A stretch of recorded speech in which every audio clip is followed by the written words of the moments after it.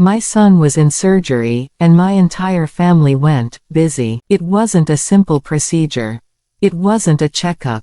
It was a frightening, invasive, hours-long surgery where complications were a real possibility. The doctors had explained everything to me in a quiet, serious tone. Words like risk, monitoring, anesthesia duration, and unexpected bleeding still echoed in my mind. I sat in that uncomfortable hospital chair, my foot tapping uncontrollably on the cold tile floor, trying to breathe through the spiraling anxiety. Every beep of the heart monitor made me flinch. Every doctor who walked past me made my pulse jump. I kept checking my phone, expecting at least one family member to call and say, "We're on our way." But my phone stayed silent for hours. Around 3 p.m., exhausted and empty, I opened Instagram. I should have known better. My aunt posted photos of her spa day. My sister uploaded a mirror selfie captioned, "Wedding shopping stress is real." My cousin posted a boomerang of her iced latte. My mother commented on someone's picture from a lunch gathering, laughing emojis everywhere. Meanwhile, my son was fighting through surgery, and they all knew it. Not one person showed up. But the real pain wasn't their absence. It was knowing they didn't care. Not even enough to send a message. Hours later, when the doctor finally told me my son was stable, I broke down in tears, relief collapsing every bone in my body. I sat beside his hospital bed for the next 3 nights, sleeping upright in a stiff recliner, feeding him ice chips, holding his hand when pain meds wore off, whispering stories to distract him when he winced. And still, no one came. On the 3rd day, as I helped him sit up for the first time since surgery, my phone buzzed. I grabbed it quickly, hoping it was finally someone asking about him. But instead, I read the message that changed everything. Transfer $6,000 for your sister's designer dress. Don't embarrass us. I stared at the screen so long I forgot to blink. $6,000. Not, how is he? Not, is he okay? Just a demand. A command, really. Money for my sister's wedding. An event more important than my child's health, apparently. Something inside me snapped so quietly and completely that it felt like a string breaking underwater. I didn't scream. I didn't cry. I simply transferred 59 rupees, barely the cost of a piece of gum, and wrote one line, "Embarrassment cured." Then I closed my banking apps and froze everything. Every shared account. Every joint card. Every auto transfer they relied on. Every dollar they treated like community property. It took me less than 5 minutes to undo years of enabling. I didn't warn them. I didn't explain. I didn't argue. I just shut the doors they used to walk through my finances like it was their personal playground. The next morning, as I helped my son move his toes, a big milestone the doctor had told us to celebrate, my phone rang. The caller ID made my stomach tighten. The bank manager. He only called personally when something serious was happening. His voice sounded careful, almost tense. "Ma'am, we have an issue here. Your family is at the branch, causing a scene." I exhaled slowly. "What kind of scene?" "They're demanding access to your accounts," he said. "And, saying things you should be aware of. Can you come in?" I looked at my son resting peacefully, the first calm expression I'd seen in days. I told the nurse I'd be gone half an hour, kissed him, and walked out with a feeling I hadn't experienced in years. Firmness. When I entered the bank, I heard my family before I saw them. My mother's voice echoed across the lobby. "We need access. She can't do this. We depend on that money." My sister was crying loudly, clutching her wedding planner like it was evidence in a lawsuit. My dress deposit bunk ED because of her.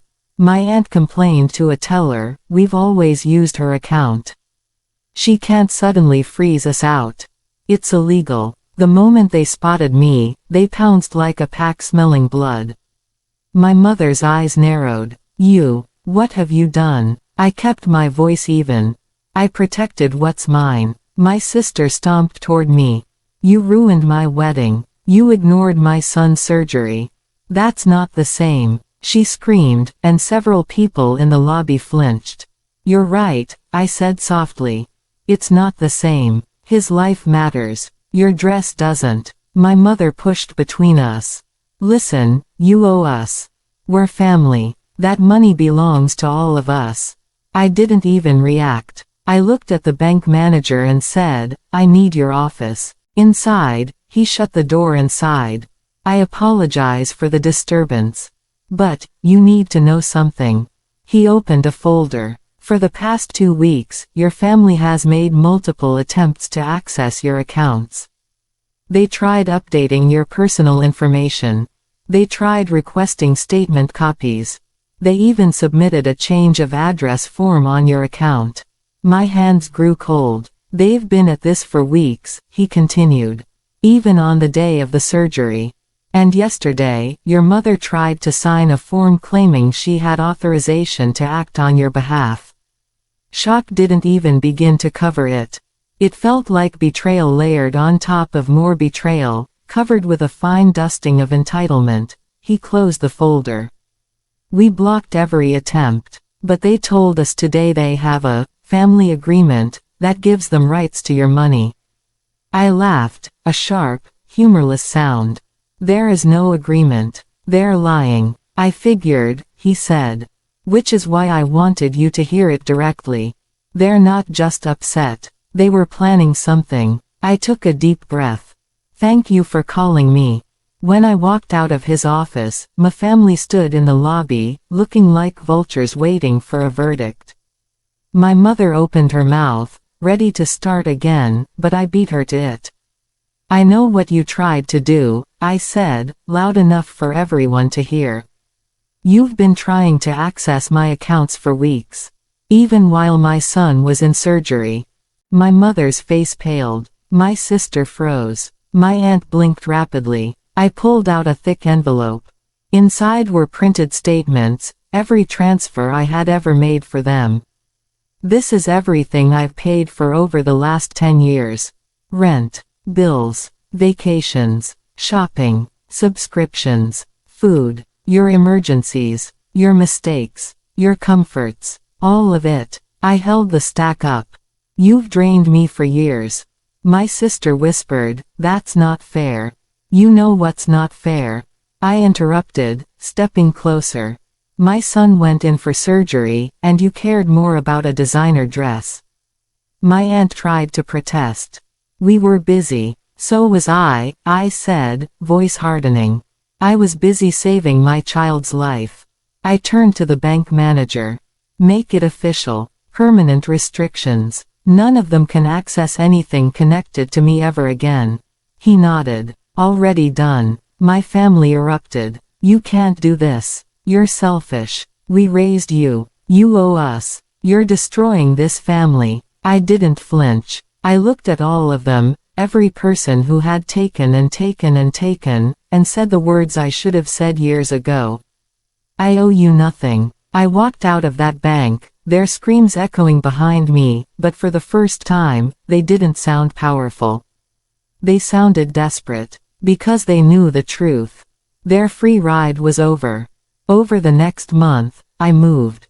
New number, new address, new start. I focused on my son, on his recovery, on building a life where my peace didn't depend on people who never cared about my well-being.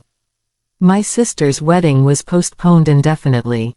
The designer dress she wanted was sold to someone else. My mother tried calling dozens of times before giving up. Extended family whispered, gossiped, twisted the story, but none of it mattered. Because revenge didn't come from yelling or fighting. It came from reclaiming my life. From choosing peace over chaos. From choosing my son over my family's selfishness. From choosing myself, finally, unapologetically. And the best part, months later, when my son ran across the living room laughing again for the first time, I realized something. I didn't lose a family. I lost a burden, and I gained a future.